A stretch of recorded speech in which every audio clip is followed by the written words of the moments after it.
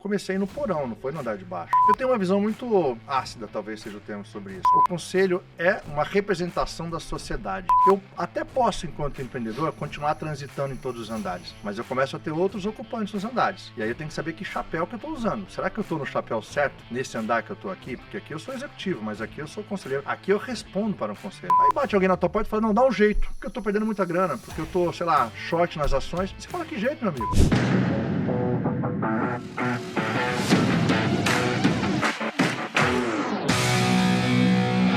Bem-vindos ao Papo de Gestão, podcast aqui do G4 Podcasts, onde a gente traz fundadores, C-levels, diretores, conselheiros, gente que está construindo o Brasil para contar para vocês um pouquinho da história deles, os aprendizados, os erros, para que você possa ter uma vida um pouco mais fácil na sua jornada.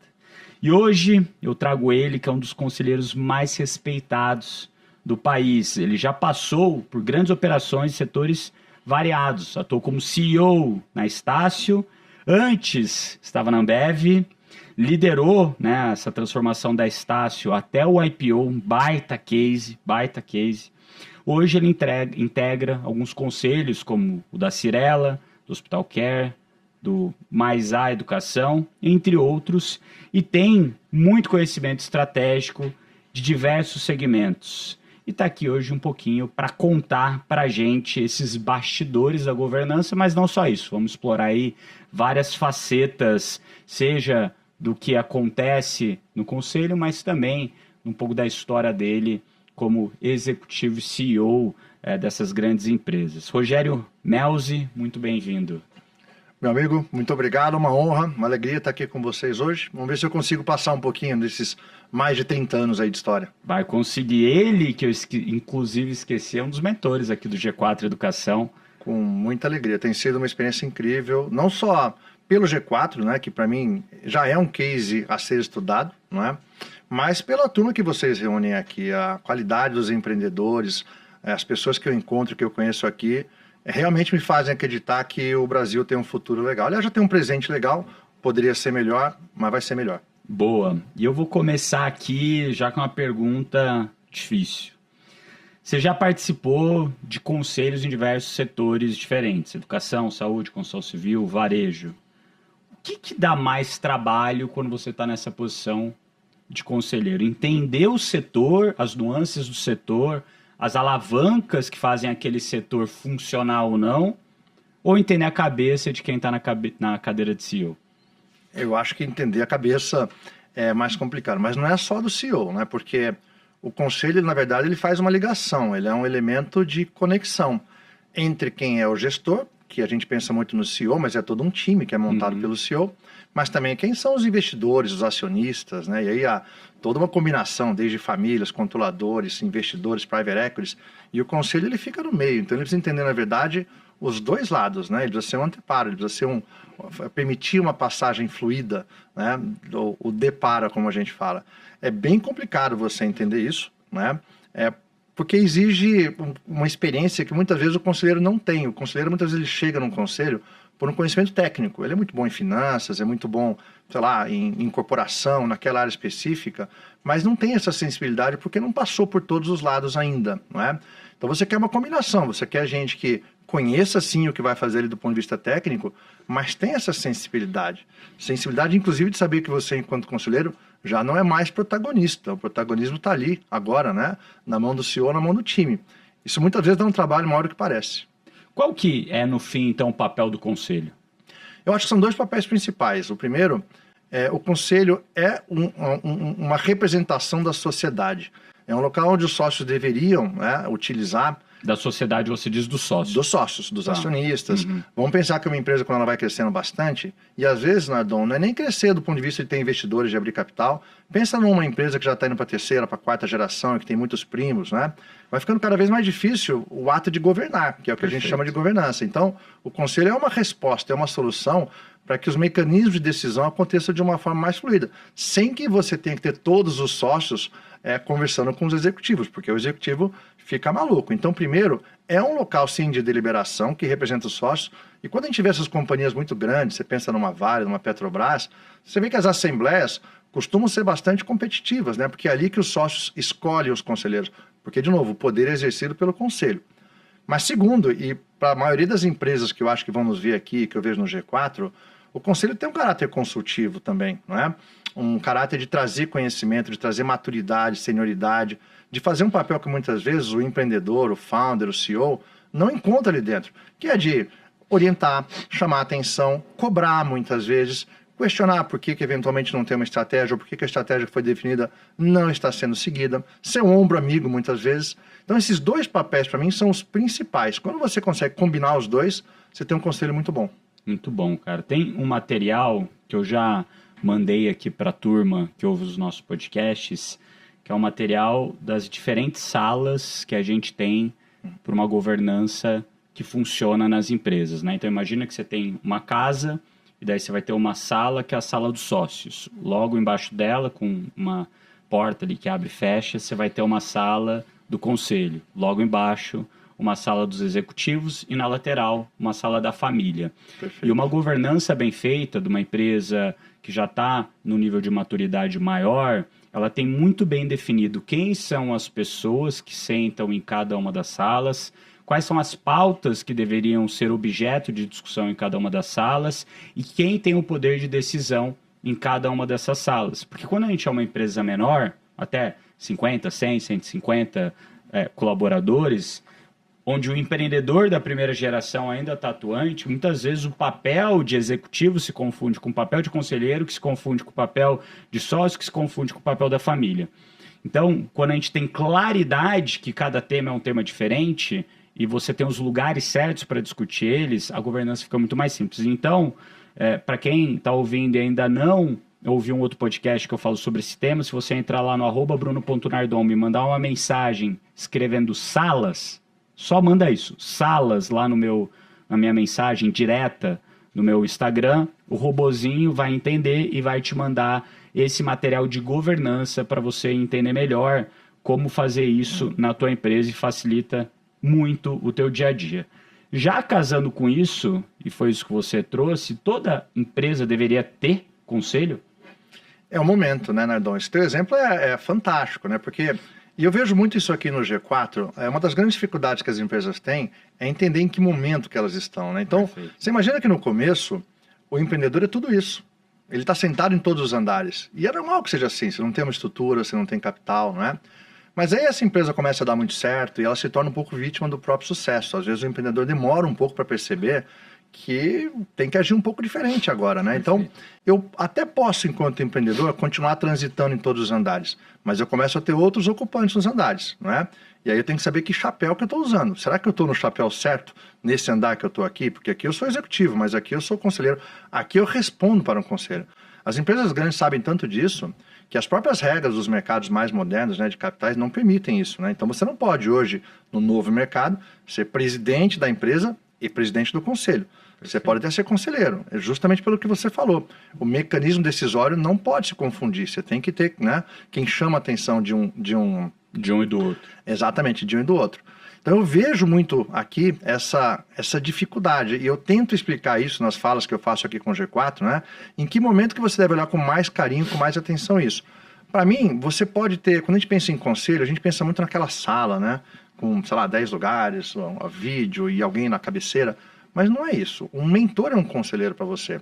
Então eu posso começar mais leve. Em algum momento, ou logo cedo, se você tem uma empresa que começa a dar certo, já chama um mentor. Começa a gostar da ideia de ter alguém que você confia, que te traz conhecimento, mas que você também permite que te chame a atenção. Isso é muito bom para qualquer um de nós, para não deixar, né, a vaidade e o ego crescer demais. Esse mentor amanhã, puxa, é um advisor, mas talvez agora eu possa ter dois, porque tem uma competência diferente. Então daqui a pouco eu tenho um advisory board, não é? Perfeito. Ou um conselho consultivo. E aí, sem perceber, eu estou formando as bases do meu futuro conselho de administração. No momento em que eu vou trazer investidores que vão querer os seus representantes, lembra da representação dos sócios? Sim. Eu já tenho os meus, conhecem profundamente a empresa, eu confio e vão fazer esse papel em meu nome num conselho. Isso se eu quiser ser executivo. Porque essa é uma outra discussão. Em que momento que eu quero deixar o andar de baixo, passar para o andar do meio, né? E como que foi isso para você? Você fez a sua carreira inteira no andar de baixo. No andar de baixo, como CEO de grandes empresas. Empresas, assim, bizarras. O que você fez, o que você construiu Foi, assim, tá lá, tá claro, são fatos, você fez grandes construções. Qual que foi a virada de chave para você falar, opa, agora quero subir para o andar de cima, ou para outra sala? Foi gradual, né? Primeiro, sabe o que é legal? E eu tenho muito orgulho disso, né? Eu comecei no porão, não foi no andar de baixo, né? Porque eu percorri todos os degraus, né? Da escala corporativa, né? Estagiário num chão de fábrica, sou engenheiro por formação mecânica, fui trabalhar numa fábrica. Eu também sou engenheiro mecânico. Ah, que bom. Mais um motivo aí para uma boa afinidade. E, assim, eu fui engenheiro pouco tempo, mas meu primeiro trabalho durante quase 7 anos foi no chão de fábrica e eu amava profundamente aquilo, aquela Onde interação. que era a empresa? Era em Guarulhos, uma empresa bem conhecida, chamava-se Bardella, uma família muito conhecida aqui em São Paulo, indústria mecânica pesada. Hoje a fábrica já não existe mais, né? Mas era uma fábrica na época com 3, 4 mil funcionários, bens de capital, aquele maquinário gigantesco. Eu amava aquilo, assim, profundamente. Então eu precisei passar por todos, né, os níveis, até um dia chegar numa posição de diretoria, que foi acontecer lá pela Ambev, mais até na Suzano, que foi meu próximo trabalho, né? Para chegar como CEO mesmo, presidente na Estácio. E curiosamente, lá no fim da minha gestão na Estácio, por um acaso, eu acabei sendo convidado para o meu primeiro conselho, que foi da Cirela, justamente da Cirela, pela família Horn. Que legal. Que é uma referência impressionante, assim, o que o Eli atingiu. A família toda é fantástica, mas ele é um mito, né? Ele é uma lenda. Ele é um mito. Ele é alguém que a gente precisa... Ele transformou, de fato, o real estate no Brasil, construção civil no Brasil. E a filantropia também, né? Então ele é um grande exemplo de trazer aqui, eventualmente conversar com os empreendedores. As pessoas não raro se apaixonam por ele, e é compreensível. Então, quando ele me chamou para ir para o conselho, eu ainda era presidente da Estácio, então eu fui lá pedir uma autorização para poder fazer ao mesmo tempo. Para mim já era uma preparação para isso, porque eu sempre soube que em algum momento eu gostaria de fazer essa migração, né? Então, já fazia quase 10 anos, na verdade, quando eu tomei a decisão de sair do andar de baixo, que faz pouco mais de 2 anos, e ficar nos 2 andares agora, porque eu também quero começar a investir, eu também quero começar a ficar na outra ponta, né? Que é um pouco mais da parte final do nosso ciclo, né? Não final no sentido de tempo, mas é o último passo, talvez, né? Eu me preparei para isso por muito tempo. E você se prepara para isso tanto sendo um excelente executivo e entendendo a visão do executivo, porque na hora que você sobe de andar, a interação é muito mais fácil. Perfeito. E quando você dá mais um passo ainda, tudo isso é mais fluido ainda porque eu vivi todas essas experiências, né? Então, essa decisão veio um pouco mais de 2 anos atrás, um pouco antes de eu fazer 50 anos, tem a ver com o desejo, né, de aumentar a minha exposição, de desafiar um pouco mais a intelectualidade, aprender sobre mais setores, transmitir mais conhecimento, foi aí que acabou entrando o G4, né? Mas eu acho que foi muito natural esse movimento. Não foi tão pensado, tão preparado, mas parece que a vida te mostra os caminhos, né? E quando abriu para mim, eu quis fazer. Como é que é esse desafio de ser conselheiro da Cirela do lado do Eli Horn? É muito interessante. O Eli é uma figura, assim, incrível, porque quando ele me convidou para isso, fazia pouco tempo, talvez uns 2 anos que eu estivesse no conselho. Ele sempre me disse que eu era muito bem-vindo, ele gostava muito, né, da minha forma, da forma que eu cheguei no conselho. E eu acho, Nardon, justamente porque eu entendi o papel do conselho. Ele fez um convite, se eu não me engano, ele tinha no conselho o professor Falcone, que é outro ícone, ídolo. É nosso, então, engenheiro. Mais enfim, ainda. Mais ainda, né? Gestores. Quando o Falcone saiu, ele queria trazer alguém que fosse bom em gestão. Então ele foi procurar alguém da Ambev, que tinha, né, um currículo de Ambev ou de 3G, e acabou que alguém acabou me recomendando, não vou me lembrar quem é. Ele me convidou, gostou, e eu fui primeiro para o conselho, um conselho normal, como conselheiro normal. Isso era 2015, se não me engano. Mas pouco tempo depois, ele começou a me chamar mais para perto dele. Acho que é uma questão de sensibilidade, Sim. de empatia, não é? E, sei lá, 1 ano e meio, 2 anos depois veio esse convite. Aí eu já não era mais da Estácio, né, que é a atual Edux.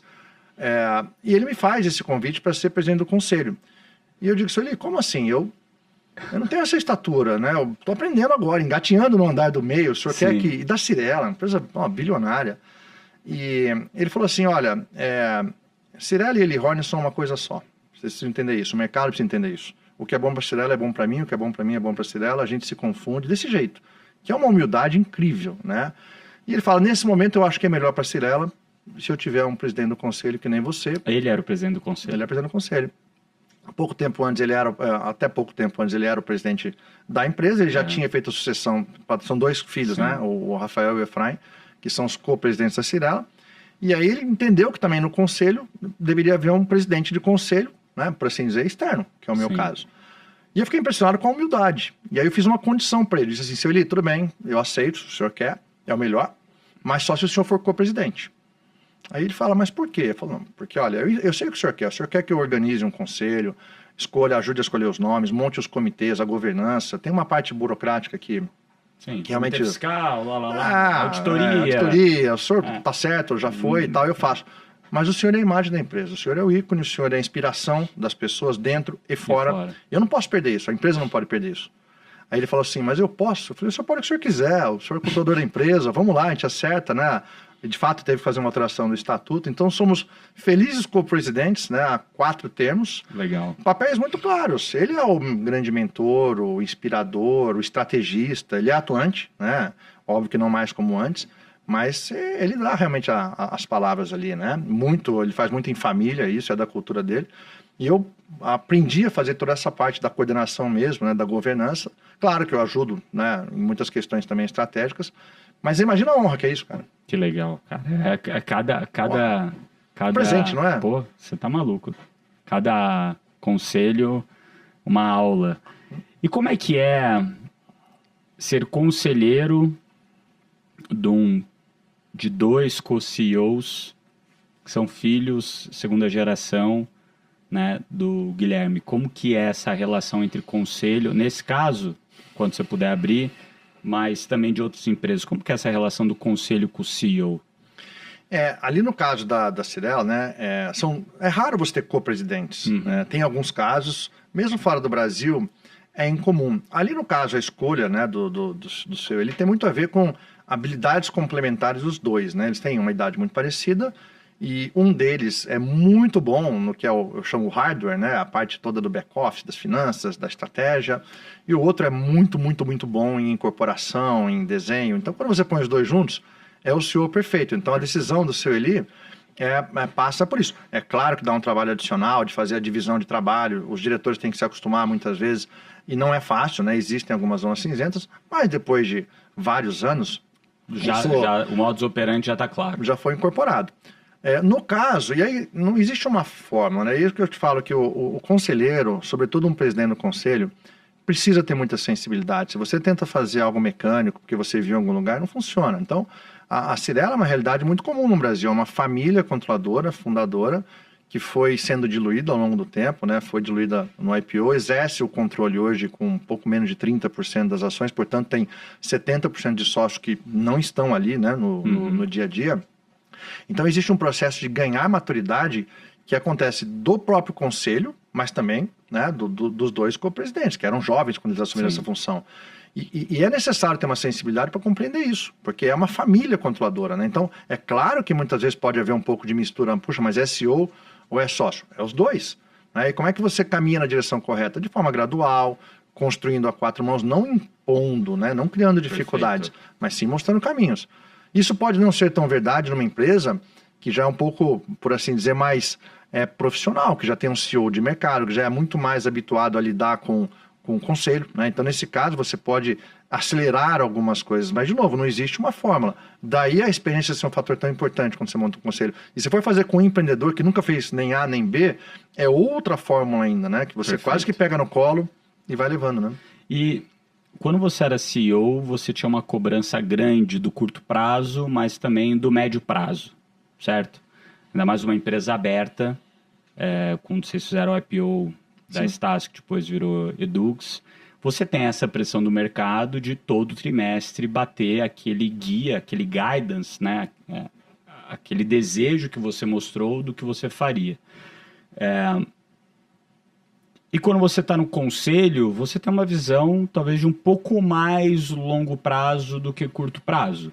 Você tem uma visão mais de, putz, e aí, daqui 3 anos, daqui 5 anos, daqui 10 anos, como a gente, como companhia, vai continuar se mantendo relevante, se mantendo com as diferenças competitivas que a gente tem.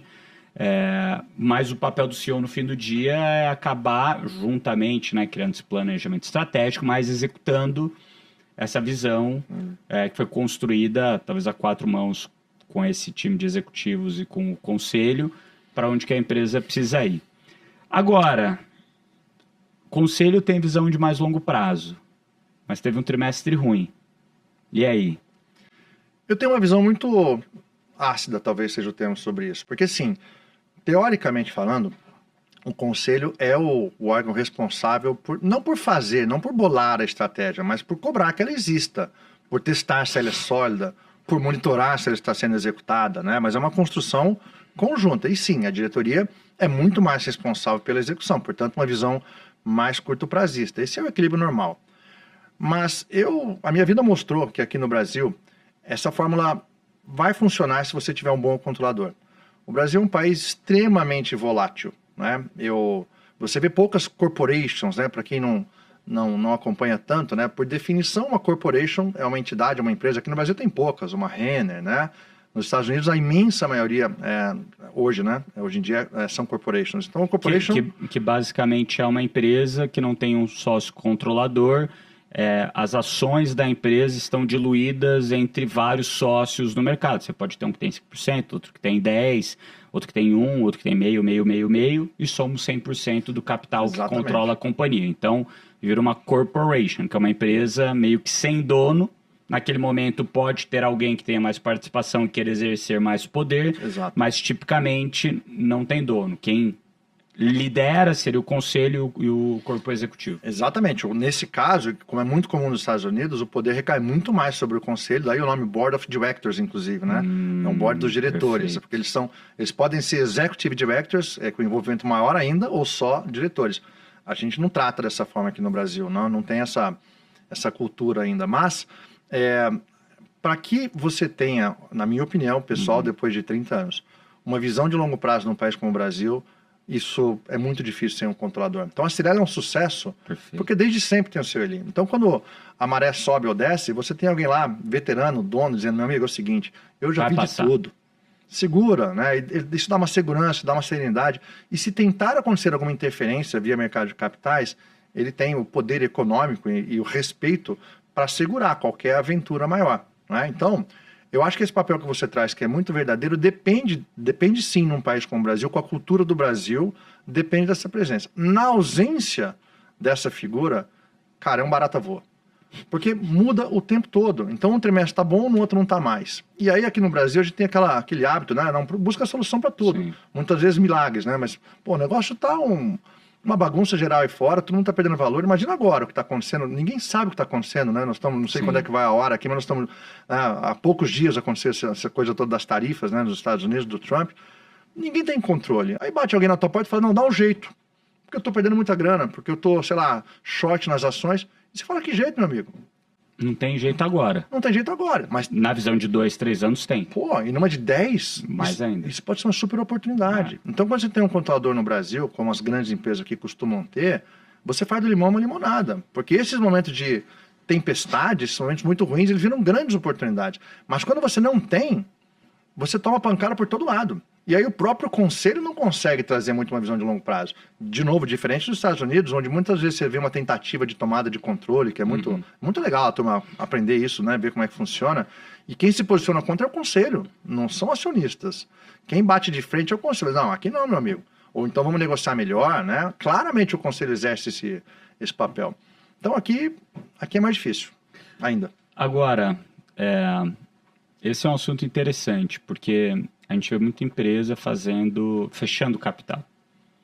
Exatamente por essa visão de que eu vou precisar fazer investimentos relevantes e talvez não dar resultado por alguns trimestres, semestres ou mesmo anos, para percorrer essa nova visão de futuro desejável que eu espero, que vai destravar muito mais valor e que se eu tiver a empresa aberta para outros sócios e tiver que ficar dando relatórios trimestrais de onde eu estou indo, provavelmente o mercado vai me punir muito quanto a isso. Então a gente vê exemplos como a própria Arco, que fechou capital lá de fora para implementar essa visão de longo prazo. No Brasil você vê algumas empresas também fazendo isso.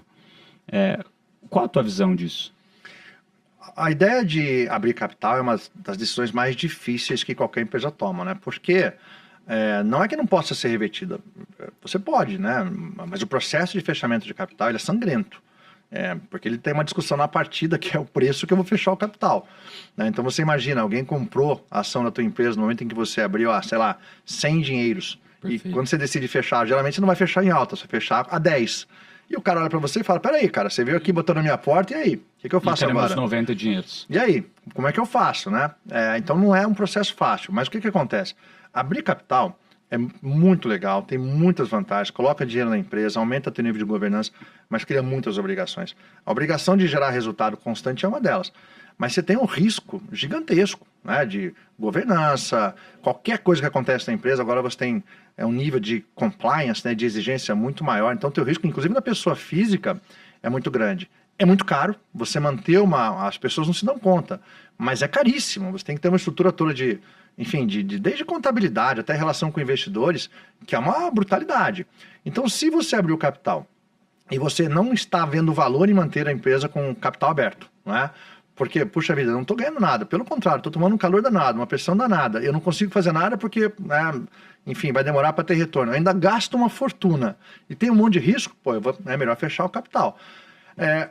Assim, tem um lado negativo disso, né? Porque a história do mercado de capitais é uma história de reputação também, né? De confiança e credibilidade. Então, se você faz esse movimento, quando você tentar abrir de novo, você tende a ser muito questionado, né? Então, tá bom, você vem de novo e quem garante que você, daqui a um tempo, né, não volta atrás?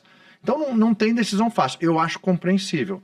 É uma pena que no Brasil, nos últimos 4 ou 5 anos, mais empresas acabaram fechando capital do que abrindo capital. Aliás, não tem IPO no Brasil há muitos anos. Daí a necessidade, né, da gente ter, de novo, né, um Brasil andando para frente, um mercado de capitais ativo, porque deveria ser o contrário.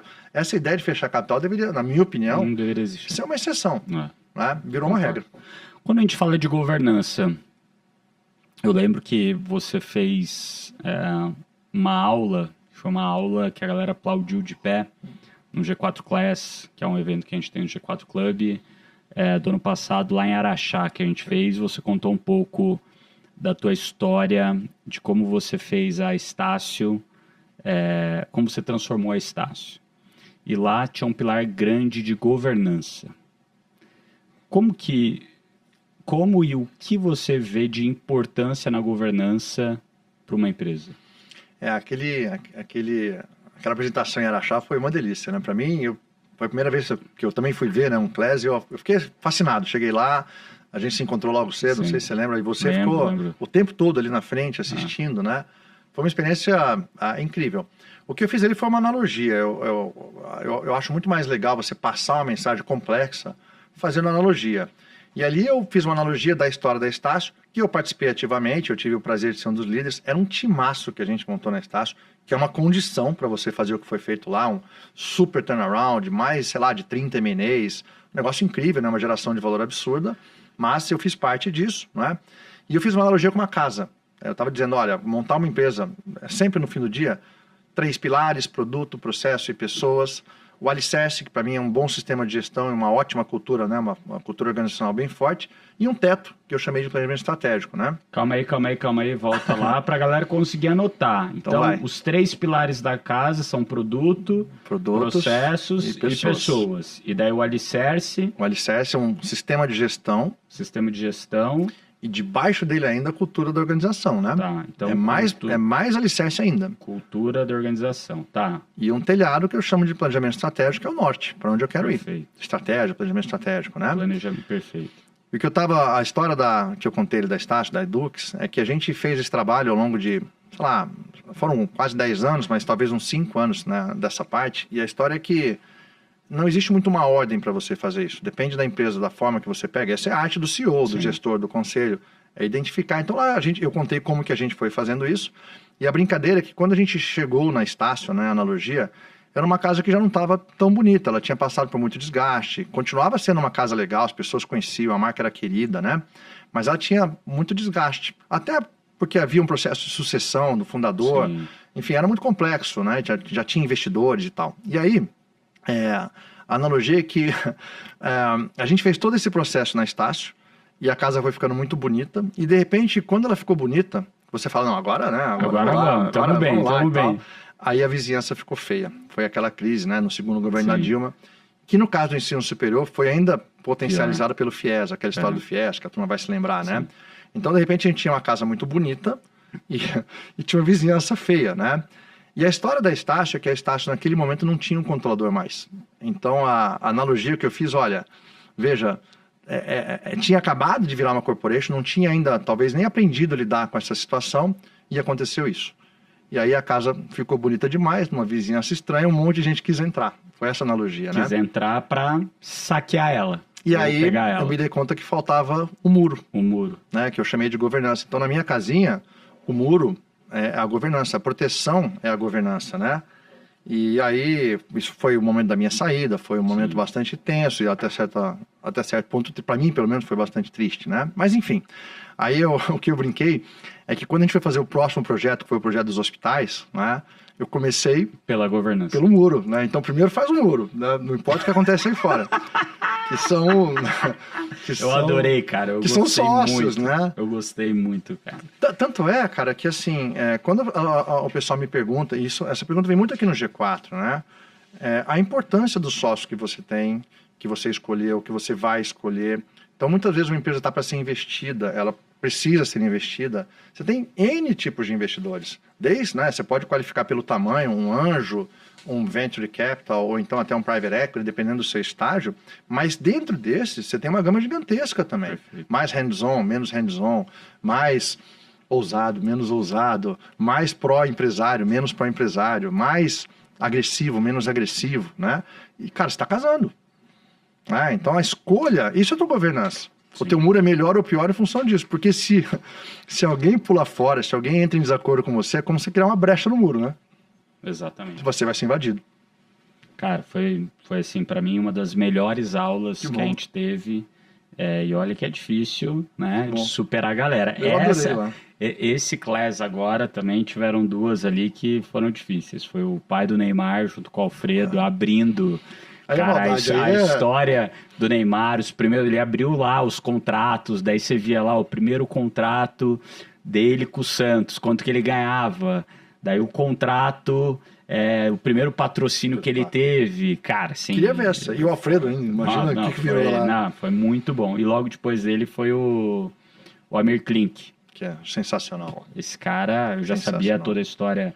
de navegador dele, 100 dias entre o céu e o mar, de escritor, mas não sabia da parte de empresário. Ele tem uma empresa de construção de barco. A filha dele também fez a navegação. Agora, né? Mas ele tem uma empresa que tem mais de 1.000 pessoas. Isso eu não sabia. Eu não sabia. Ele é um baita do empresário. Quando o cara é gênio, porra! O que vai falar, né? Porra! Fiquei assustado.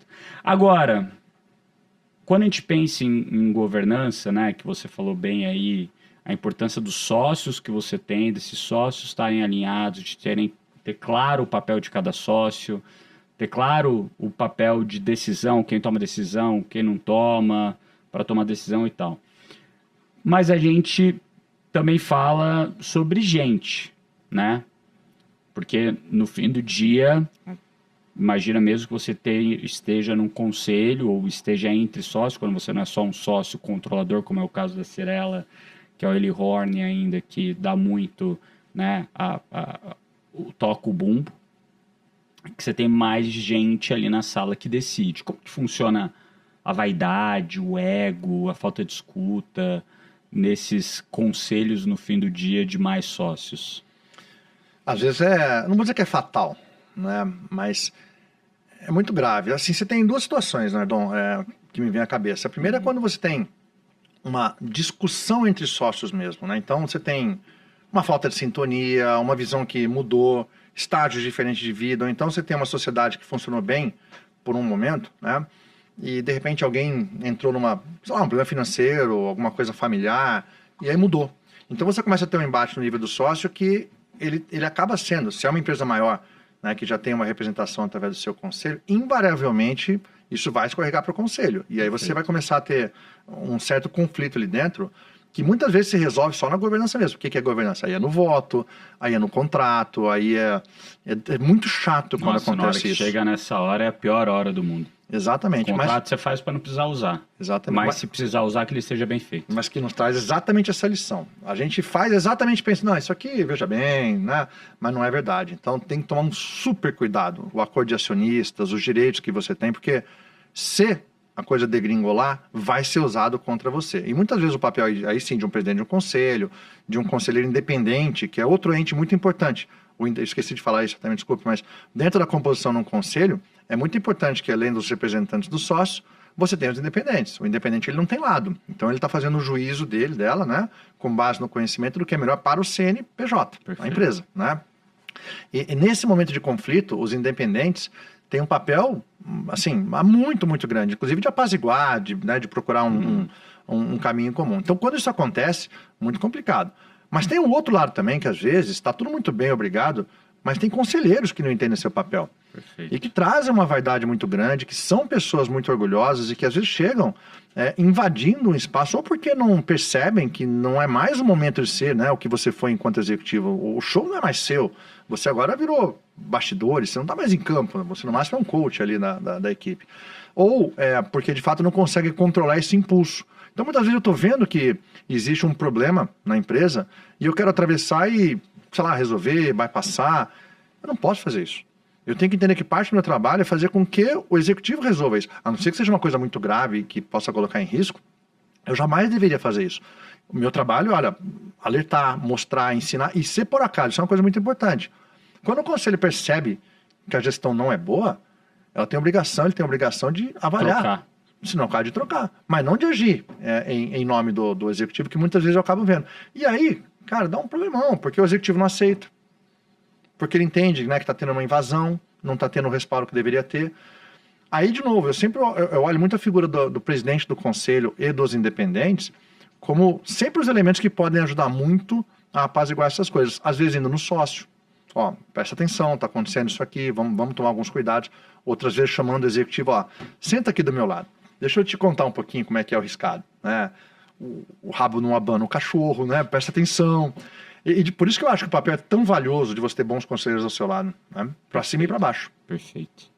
Pessoal, eu já dei um presente para vocês, porque fazia sentido aqui que a gente estava falando sobre o tema de governança e dessas diferentes salas, mas agora eu vou dar o presente de verdade, que é o presente desse episódio aqui, que é um material sobre como liderar pessoas, tá certo? Ele é totalmente gratuito, você entra lá no @bruno.nardon e me manda a palavra mesa. Nesse conteúdo, você vai aprender os princípios práticos de liderança que geram confiança, engajamento e resultado. Vai ser um guia direto para quem quer liderar com clareza, influência e propósito, tá? Vai lá, @bruno.nardon, que você já foi para mandar a palavra salas, agora manda mesa logo em seguida e os 2 robozinhos vão ativar e te mandar esse material, tá certo? @bruno.nardon. Melzi, vamos lá. Esse ponto que você falou de ter um conselho talvez um pouco mais desorganizado, talvez sem pauta, talvez sem foco, sem clareza do que é papel de cada um, né? Talvez não seja o caso de empresas como uma Cyrela, que já tem muita governança, etc., mas talvez sejam empresas menores, a empresa mais tradicional, do aluno que passa aqui no G4, que é a primeira vez que ele está montando um conselho, ou que ele tinha ali um grupo de mentores, que ele acabou convidando para serem conselheiros consultivos dele, não administrativos, e que depois isso começa a evoluir, mas eles te convidam para entrar nesse conselho e você vê que está tudo desorganizado. E aí? Como que você atua para virar esse jogo? Eu sempre recomendo que quando você for formar o colegiado pela primeira vez, que aí o colegiado, por definição, eu tenho mais de uma pessoa, né? E podem ser pessoas que já vinham atuando comigo, como advisors, mentores, e eu vou compor com mais alguém. Então é muito importante que você estabeleça uma liderança ali. Você não quer chamar de presidente? Não importa, chama de coordenador, como queira, né? E essa liderança do conselho é quem vai falar com o empreendedor, o CEO, assumindo que quem está tocando a empresa ali seja o empreendedor, não é? Essa combinação, ela é essencial. Por quê? Esse presidente aqui do conselho, o coordenador do conselho, primeiro vai garantir que os recursos que ele tem disponível ali no conselho, os outros, né, estão bem utilizados. Perfeito. E segundo, ele vai combinar, e esse é o principal papel, né, de um presidente do conselho, ele vai combinar com o presidente da empresa como que vai se dar esse desenvolvimento dessa governança de uma forma leve, que não seja uma ingerência, que seja proveitoso, né, para todo mundo. Então, por exemplo, vamos desenhar, vamos entender se a empresa tem um objetivo claro, tem uma estratégia. foi feita, né? Um planejamento estratégico. Eu sempre falo para a turma aqui, dos nossos alunos, né? Sim. Ter uma estratégia é bom. Ter um planejamento estratégico, melhor ainda. Eu tenho uma estratégia, eu tenho um planejamento estratégico. Como que eu vou atingir os objetivos que eu tenho na minha estratégia? Então, eu tenho. Está claro para você? Você tem sócios, né? Vocês estão alinhados? Então, de cara, já é um bom começo, né? Ok, eu tenho, tá. Eu tenho uma empresa... A pergunta mais importante que você falou é, vocês estão alinhados? É sempre importante. Sempre, e não raro, você começa alinhado e desalinha. Sim. Não apenas porque a empresa vai evoluindo, mas porque a gente também muda. Sim. Né? E os nossos momentos de vida Sim. também impactam muito. Né? Então, eu começo por aí. Perfeito. Temos. Se não temos, esse é o nosso primeiro tema. Tá. E daí o segundo que você estava falando, a empresa? Agora eu preciso, se a empresa tem, assumindo que a empresa sabe no que é chegar, tem um bom plano, agora eu vou criar uma rota com você de como que esse plano tem que ser atingido. Perfeito. Eu vou organizar isso em cima de, para mim, duas coisas, tá? Qual é o calendário de reuniões que eu quero fazer com você? Porque você, founder, empreendedor, vai mostrar para esse grupo que você escolheu se as coisas estão acontecendo como deveriam acontecer. Então, vamos fazer 6 reuniões por ano? Ok, então 6 reuniões, na primeira até a sexta, o que nós vamos querer acompanhar com você? E segundo, eu posso te ajudar criando, por exemplo, um outro comitê, porque se você percebe, né, e isso é muita sensibilidade de novo, se eu percebo que para aquela empresa, naquele momento, o assunto pessoas é muito importante, eu preciso contratar uma diretoria, não sei como, eu não sei montar um plano de incentivo, então talvez valha a pena a gente criar uma subestrutura, né? Um comitê é um pedacinho do conselho, que é um pouco mais dedicado e que é obviamente especializado. E eu vou dizer para você, olha, eu vou pegar um conselheiro meu que é muito bom em people, e se não tiver, vamos achar, por sinal, né? E esse conselho vai colar em você ou na sua figura do RH, e juntos vocês vão criar essa pauta de pessoas que ela é uma condição para que as outras aconteçam. Perfeito. Não é? De novo, isso é dinâmico, né? Sim. Porque pode ser que não seja RH, seja finanças, pode ser que seja marketing, seja operações. O que seja. Aí eu começo a girar a roda. Legal. Qual que foi a coisa mais difícil que você teve que desaprender quando você deixou de ser executivo e passou a atuar como conselheiro? A vontade de fazer. É irresistível, cara. Assim, é quase patológico, porque você passou a vida toda, né? Ali, né? E você vê um problema, você fica daqui Deixa eu resolver. Pô, né? Não, vamos pra sala e é legal. É óbvio que isso é uma virtude, né? E de repente, a hora que bate ali, você fala, não posso. O máximo que eu posso fazer é me oferecer. Diz, olha, eu tenho alguma experiência nisso. Você não quer me chamar depois, eu venho aqui? Que é até uma pergunta que você fez sobre a chegada num conselho. Todos os que eu vou participar, eu me esforço muito. Isso tem muito conselheiro que é hands-off, né? Que tá lá para dar seu nome, cumpre o papel, lógico, né? Eu gosto muito do conselheiro hands-on. Então eu passo vários dias dentro de uma empresa quando estou conversando, porque eu preciso entendê-la. Eu quero conhecer todo mundo, eu quero entender o que é a cadeia de valor, eu quero conhecê-la. Você quer entender o que faz a empresa ir para cima ou para baixo. Claro, quais são os problemas. Perfeito. Quero ouvir da turma. E aí eu me sinto um conselheiro muito melhor. Então eu posso chegar para o Nardon agora, se eu falar assim, Nardon, veja, isso que você está enfrentando eu já enfrentei algumas vezes. Vamos jantar um dia, eu vou te falar sobre isso, mas você tem que querer. Perfeito. Eu não posso te impor. Cara, isso é duríssimo. Depois você se acostuma. Tem muito executivo que sonha com a vida de conselheiro. Mas o que ninguém fala do dia a dia da função de conselheiro? Assim, exige uma paciência muito grande muitas vezes, né? Porque pouca coisa, se você parar a pensar, pouca coisa depende de você ali, né? Veja, se eu estou falando de uma empresa onde existe um bloco, o andar de cima que você falou, né? E o andar de baixo, e eu estou no meio, você concorda que não sou eu quem estou definindo os principais rumos da empresa, isso, de certa forma está vindo de cima, não sou eu quem está executando. Então, eu preciso entender onde é que eu estou, né, onde é que eu habito, né, nesse momento. E eu faço essa ligação. E isso, muitas vezes, te dá uma frustração danada. Seja porque você diz assim, puxa vida, mas eu estou levando todos os elementos, tá óbvio a decisão que tem que ser tomada, e o acionista não toma. Ou não consegue construir um certo alinhamento, e eu estou vendo que o negócio está desandando, e eu tento, eu falo, mas não acontece nada. E para quem a vida toda teve um poder de decisão, isso é horrível. Para baixo também é verdade. Você está, às vezes, sendo muito claro, e você tem um presidente ali, uma diretoria um pouco cabeça dura, que, de certa forma, não está andando na direção que você espera, que também você não espera que te sigam sempre, mas, poxa, tem hora que é óbvio. E você fica ali amarrado. Né? Então, você precisa entender, se você quer fazer essa função, que você não tem mais o bastão na mão. Você não tem. Você quer o bastão na mão? Volta para baixo ou vai para cima e você toma as decisões de alocação de capital, as decisões de investidor, né? Não as decisões do dia a dia. Mas no meio, você não faz nada. E na outra ponta, o conselheiro que nunca operou, nunca sentiu essa pressão do dia a dia, ele consegue contribuir de verdade? Ou ele vira uma peça mais teórica ali na engrenagem? Você sabe a maior dificuldade que eu sinto? Assim, de certa forma, eu nunca vi um conselheiro que nunca tenha passado por outras funções. Não, mas, por exemplo, ele é um cara de um fundo Então. que ele nunca operou Exato. como executivo, mas ele tem um conhecimento de mercado por ter estudado, por ter vivido, por conversar com muita gente, por entender dos financials e das dinâmicas de mercado, muito maior do que todo mundo que está na mesa. Mas ele... E muitas vezes representa o sócio, então ele está lá por direito também, não Perfeito. é? Esse caso, sem dúvida, aí você começa a ter um outro tipo de problema, na verdade, talvez 2 problemas, né? O primeiro deles é que essa falta, né, do conhecimento do dia a dia não é só na parte da praticidade, sabe, da técnica. Ah, não, eu não sei como é que funciona uma operação porque eu nunca fui para um chão de fábrica. Não é isso. É porque essa pessoa também não tem o que eu chamo de traquejo corporativo, né? O fato de uma pessoa como eu ter percorrido todos os andares, a gente sabe muito bem o que uma decisão representa em todos os níveis, os riscos, né, que vêm associados a qualquer coisa que você queira fazer. E essa ausência, muitas vezes, faz com que haja uma pressão errada, né, na direção errada, porque você não entende as consequências do que você está fazendo, por mais que tecnicamente faça um grande sentido. Mas gera um outro problema, você quer ver? Principalmente nas empresas a lá G4, não o G4, os nossos alunos, né? Porque quando um fundo investe em você, na sua empresa, no primeiro momento você fala com o sócio do fundo. Você vai lá, shake hands, bacana, assina, foto, não sei o que e tal. No momento 2, o sócio vai nas reuniões.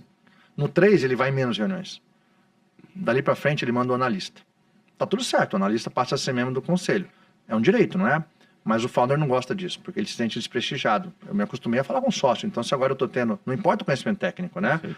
E você gera um outro tipo de problema que tem a ver com moral, tem a ver com prestígio, talvez um pouco de vaidade, mas que às vezes toma uma dimensão muito grande e faz a interlocução ficar muito difícil, né? Então assim, ou você tem alguém mais sênior na mesa para entender isso e tentar colocar essa bola no chão, ou muitas vezes vai gerar uma discussão que pode escalar e ganhar dimensões maiores, tá? Então, eu sempre recomendo, não faça o extremo, não deixe só pessoas que nunca viveram o dia a dia de uma empresa e não tem um pouco de cabelo grisalho, não faça um conselho só assim. Porque para mim, quando acontece isso, não é se vai dar confusão. Vai dar. É quando vai dar confusão. Perfeito. E isso que você está falando do conselho ideal, né? Você acha que ele precisa ser mais generalista, com uma visão mais sistêmica, ou ele precisa ser especialista com profundidade, ou ele precisa ter os dois? Os dois.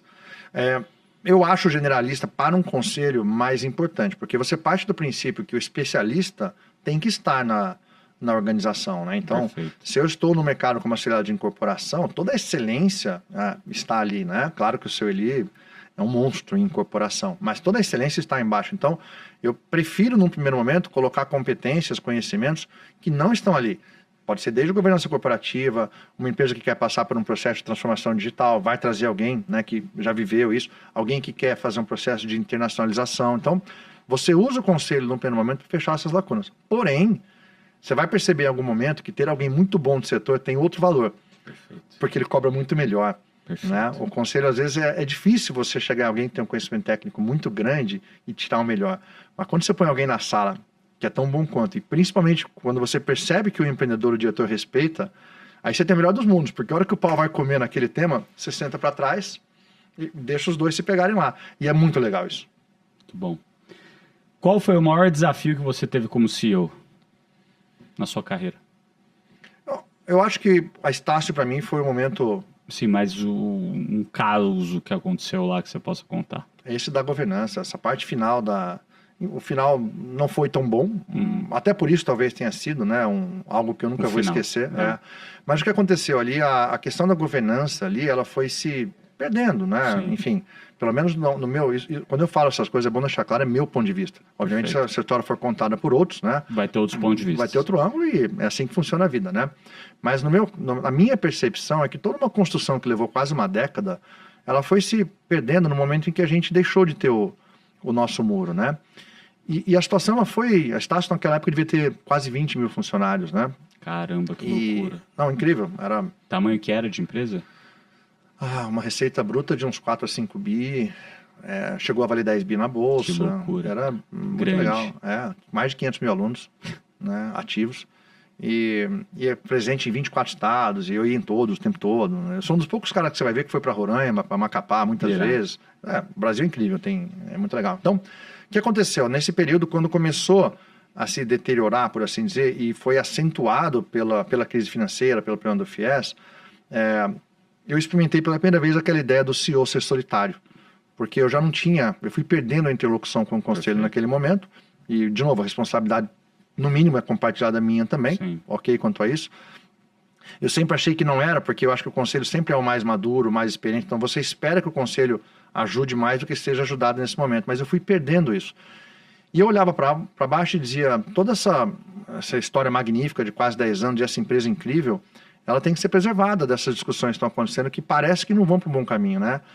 E isso, para mim, se por um lado foi uma derrota, porque o final não foi feliz, pelo menos para mim, Sim. né? Por outro lado, foi uma grande vitória, porque durante mais de um ano eu consegui segurar isso, porque eu achava que era meu papel, para mim, né? Me custou uns 20 quilos, enfim, mas ao final, no dia em que estourou, no dia em que estourou a bomba, no dia em que eu disse, eu tenho que sair, é o caminho, foi uma surpresa incrível para todo mundo, o que para mim é muito interessante, porque significa, olha, de fato, eu soube fazer esse filtro, né, de uma forma, isso assim, demanda, exige muito de você, e te faz uma pessoa muito melhor, por mais que te desgaste. Então, do ponto de vista, quando você fala um momento mais difícil, mais desafiador, foi esse. Vitórias, né, houve várias, tem muita coisa legal, muita história feliz, mas esse realmente é o que me mudou como gestor. Qual o maior desafio que você teve como conselheiro? Como conselheiro? Sem citar nomes, porque aí não é interessante, mas sempre que você precisa, de alguma forma, né, participar de uma sucessão, é muito delicado, né? Eu já fiz isso mais de uma vez como conselheiro, nesses casos não como presidente do conselho, né? Mas é sempre muito complicado você ajudar a convencer alguém que está na hora, né? De, puxa vida, talvez seja oportuno, né? Passar o bastão, mudar de papel, mudar de lado. Eu fiz isso já, inclusive em empresas de menor porte. É uma conversa sempre difícil, empresas familiares. Mas eu acho que é um papel pivotal de quem pretende fazer isso. Esse é um tema legal. Tem muito aluno de segunda geração que vem pro G4 falando, cara, meu pai não larga o osso e não tá afim de fazer o negócio acontecer. Eu falo, tá bom, mas ele tá atuante, não tá mais não, cada vez menos. Mas, então ele já atua como conselheiro. Então, pois ele atua, mas ele ainda quer atuar como CEO, e daí fica essa bagunça no negócio. Quais são as recomendações que você dá para as duas gerações, para a galera que está ouvindo a gente aqui, poder mandar para o pai, poder mandar para o filho? Porque eu sei que depende, a resposta sempre depende. Né? Eu pego depende muito do momento de maturidade da empresa, depende do momento do pai, do filho, e assim, ou da mãe, da filha, o que seja. Eu pego muito esse caso aqui, a minha resposta é sempre, forme um conselho. Porque um conselho consultivo, a princípio, é o caminho natural da primeira geração ou da segunda, né? Se você estiver passando para a terceira, ele é um caminho natural que permite, né, que, enfim, o pai, o fundador, ainda exerça, trabalhe, veja a sua realização, monitore, fiscalize de perto. E se você fizer isso com alguma ajuda de um outro conselheiro consultivo, você começa a definir desde regras do jogo, um pouco de alçadas, as reuniões, a frequência, o grau de liberdade. Eu estou fazendo isso agora com uma empresa que eu ajudo, que inclusive é um dos nossos alunos aqui, mas já vinha de antes isso lá de trás, né? E quando você cria esse espaço, você está não apenas ajudando a empresa no seu dia a dia, mas também criando uma solução para esse problema. Aí você pergunta assim, ok, mas como é que você cria esse espaço? Como é que você... A minha recomendação, o santo de casa não faz milagre nesse caso, é muito raro, né? Então é sempre indicado que você que é o interessado, né, a segunda geração, por exemplo, você ou traga seu pai aqui, e não é brincadeira, trazer aqui e ver outras pessoas discutirem isso ao vivo, aqui que eu digo no G4, né, para participar. Ou então, leve alguém experiente para conversar com seu pai, sua mãe, e esse alguém experiente pode ser desde um consultor que você conheceu, até alguém que lhe respeite, alguém da comunidade, que já fez esse movimento, para alertar, para abrir o olho. Você precisa criar essa consciência, né? Se você começa a criar essa consciência e abre um espaço, aí achar alguém que possa te ajudar a montar essa estrutura. E aí acontece gradual. Aí é para acontecer de uma forma gradual. Perfeito. Quando não acontece, aí você tem mais um motivo para ter alguém para te ajudar a direcionar Fazer isso, acontecer. que é o mais difícil para um conselho. Muito bom, muito bom. Bom, indo aqui para a reta final, bate-bola. Uma decisão de conselho que mudou o rumo de uma empresa que você viu de perto. Aquela decisão que falou, puta, isso daqui mudou o jogo. Troca de comando. É fundamental. Principalmente quando você acerta, né? Que você acerta o timing e vem um time, sabe, energia nova, ferramental novo. Maravilhoso. Vai que vai. Um erro clássico que você ainda vê se repetir em conselhos. Protagonismo errado, excesso de protagonismo, vaidade. Boa. Hands-off, ausência, horrível. Os dois, né? Ou muito perto ou muito longe. Uma habilidade que todo conselheiro deveria dominar, mas poucos têm. Empatia. Se você fosse montar o Conselho dos Sonhos, quem estaria na mesa? Não precisa falar nomes, mas quais posições você colocaria na mesa? O fundador, para mim, é muito, muito importante. Se estiver vivo, né? Se ainda puder exercer, né? Eu sempre colocaria alguém muito bom em finanças. Se for alguém que conhece finanças daquele setor, melhor ainda. Sempre alguém muito bom em people, em pessoas.